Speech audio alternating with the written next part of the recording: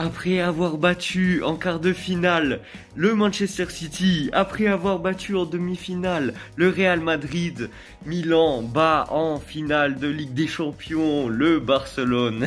Non, bon ça c'est dans nos rêves, mais Milan a fini la tournée américaine avec 3 victoires. Bon, certes que voilà, il faut pas s'exalter pour des matchs amicaux, voilà, des matchs de préparation, ces matchs servent seulement à préparer la saison. Mais c'est toujours bien de gagner contre les grosses équipes. Donc Milan a gagné au penalty contre le Barça 4-3. Voilà, après avoir mis 2 buts et s'être fait remonter 2-2. Dommage qu'on n'a pas su garder le score, mais Lewandowski était en feu, a mis un doublé magnifique. Après c'est clair qu'il faut revoir certains aspects défensifs, hein, vraiment c'est clair. Mais voilà, j'ai pas pu voir le match parce que c'était à 1h30 du matin et j'ai réussi à trouver du temps parce que là je suis en vacances. Mais je vous promets pas que je fasse toujours des vidéos, mais là c'est parce que j'ai réussi à trouver du temps et parce qu'on a gagné contre le Barça, ce n'est pas rien. Donc il y a beaucoup de points positifs. Déjà, comment il s'appelle? J'allais dire Stefano Pioli, mais non. C'est plus Stefano Pioli, mais Fonseca a mis une équipe qui ressemblait à une équipe titulaire. Moi j'ai vu Torriani parce que Sportiello il est blessé et Mike Maignan a repris la préparation physique. Il manquait Théo Hernandez, Terracciano à jouer. Après Terracciano, il me fait pas devenir fou. J'ai pas vu son match, mais durant les matchs de préparation, il n'a pas été incroyable. Mais je pense que Milan vont le garder parce qu'ils l'ont acheté cet hiver, le dernier hiver, et parce que pour les listes, ils ont besoin de joueurs italiens. Donc je pense qu'ils vont le garder. Après défense centrale, je pense qu'il y avait Tomori et Thio. À droite, il y avait Calabria, il me semble. Je fais de mémoire hein, parce que j'ai pas vu exactement la formation. J'ai plutôt la Trequarta en tête et le numéro 9 parce que c'est ceux qui ont fait la différence là devant. Il me semble Benasser, Reinders ou Loftus-Cheek, un truc comme ça. Mais ce qui est intéressant, c'était le trio d'attaque. Du coup, en numéro 10, Pulisic, ça c'est magnifique.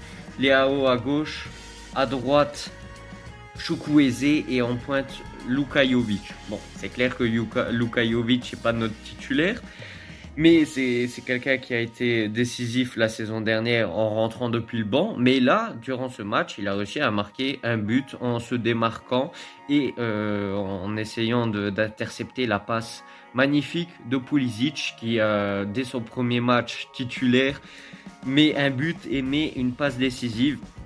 Après, je suis content parce que apparemment les titulaires qui sont normalement titulaires arrivent à rentrer dans les mécanismes de Fonseca et ça je suis content parce que on a vu des beaux 1-2 avec notamment Leao et Pulisic numéro 10. Je pense que c'était le rêve qu'on voulait voir la saison dernière. On voulait voir cette Trequarta avec Leao,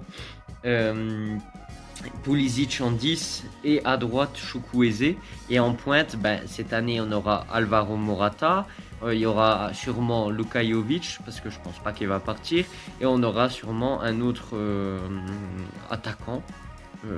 On sait pas, ça sera pas Füllkrug parce que Füllkrug est parti à West Ham, mais je pense qu'on aura une petite surprise là devant. À voir qui ça sera. Après, est-ce que c'est un nom qui va nous faire exalter? Je ne sais pas, je ne pense pas non plus. Mais on verra bien, ça sera sûrement une petite surprise. Enfin bref, du coup je voulais dire, premier but, Pulisic qui déboule là sur la droite et qui fait une belle passe second poteau pour Luka Jovic qui était marqué vraiment au maillot. Il lui prenait par le callback le défenseur, mais il a réussi à se démarquer pour marquer. Ensuite, deuxième but, Leao sur le côté gauche qui envoie dans la profondeur, côté gauche toujours, Pulisic et qui met un but magnifique, somptueux. Et je pense que Pulisic cette saison va marquer encore beaucoup de buts, faire beaucoup de passes décisives, vu que je pense que le numéro 10 Là, sur la Trequarta, le mettre là derrière la pointe, je pense qu'il va se régaler. Il aura plus d'opportunités d'être décisif que l'année dernière, parce que l'année dernière, il jouait très rarement numéro 10. Il jouait seulement soit à droite, parce que la plupart du temps, il joue à droite, ou soit à gauche. Mais quand il jouait sur les ailes, en général, il était toujours enfermé sur les ailes et il avait du mal à s'exprimer. Mais là, il a le terrain tout pour lui devant lui. Donc, il peut vraiment s'exprimer à la perfection. Il est un peu plus libre dans ses mouvements, alors que quand il était sur les ailes, il était vraiment enfermé. Et s'il n'avait pas de soutien, difficilement, en plus, il y avait un double marquage, et là vraiment c'était compliqué de voir Pulisic décisif, mais il s'en est quand même sorti.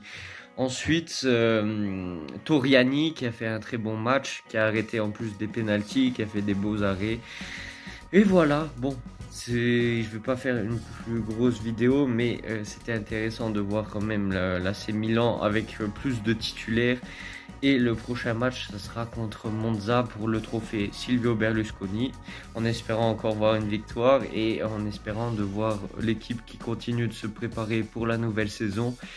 Comme j'ai dit au début, je voulais pas que Fonseca arrive, mais pour le moment, on voit qu'il est en train de mettre la main à la pâte pour nous confectionner une bonne recette, et j'espère qu'on va se régaler cette saison. Sur ce, on se retrouve pour une prochaine vidéo. Ciao, ciao. Wake up, today's gonna be a good day. Wake up, today's gonna be a good day. Wake up, today's gonna be a good day. Wake up, today's gonna be a good day. Wake up, today's gonna be a good day.